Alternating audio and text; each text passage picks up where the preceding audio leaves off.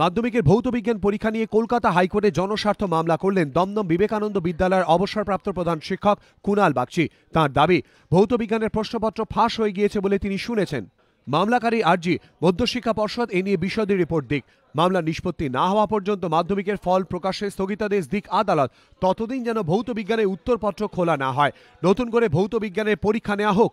এবারে মাধ্যমিক ভৌত বিজ্ঞান পরীক্ষা চলাকালীন প্রশ্নপত্রে কয়েকটি পাতা হলের বাইরে চলে আসে। পর্ষদ সূত্রে খবর, মালদার রতুয়ার একটি পরীক্ষা কেন্দ্র থেকে মোবাইল ফোনের মাধ্যমে ছড়িয়ে পড়ে ওই প্রশ্নপত্রে কয়েকটি পাতা। পরীক্ষা শেষের পর মধ্যশিক্ষা পর্ষদ অবশ্য জানিয়ে দেয়, ভৌত বিজ্ঞান পরীক্ষা বাতিল হওয়ার কোনো সম্ভাবনা নেই।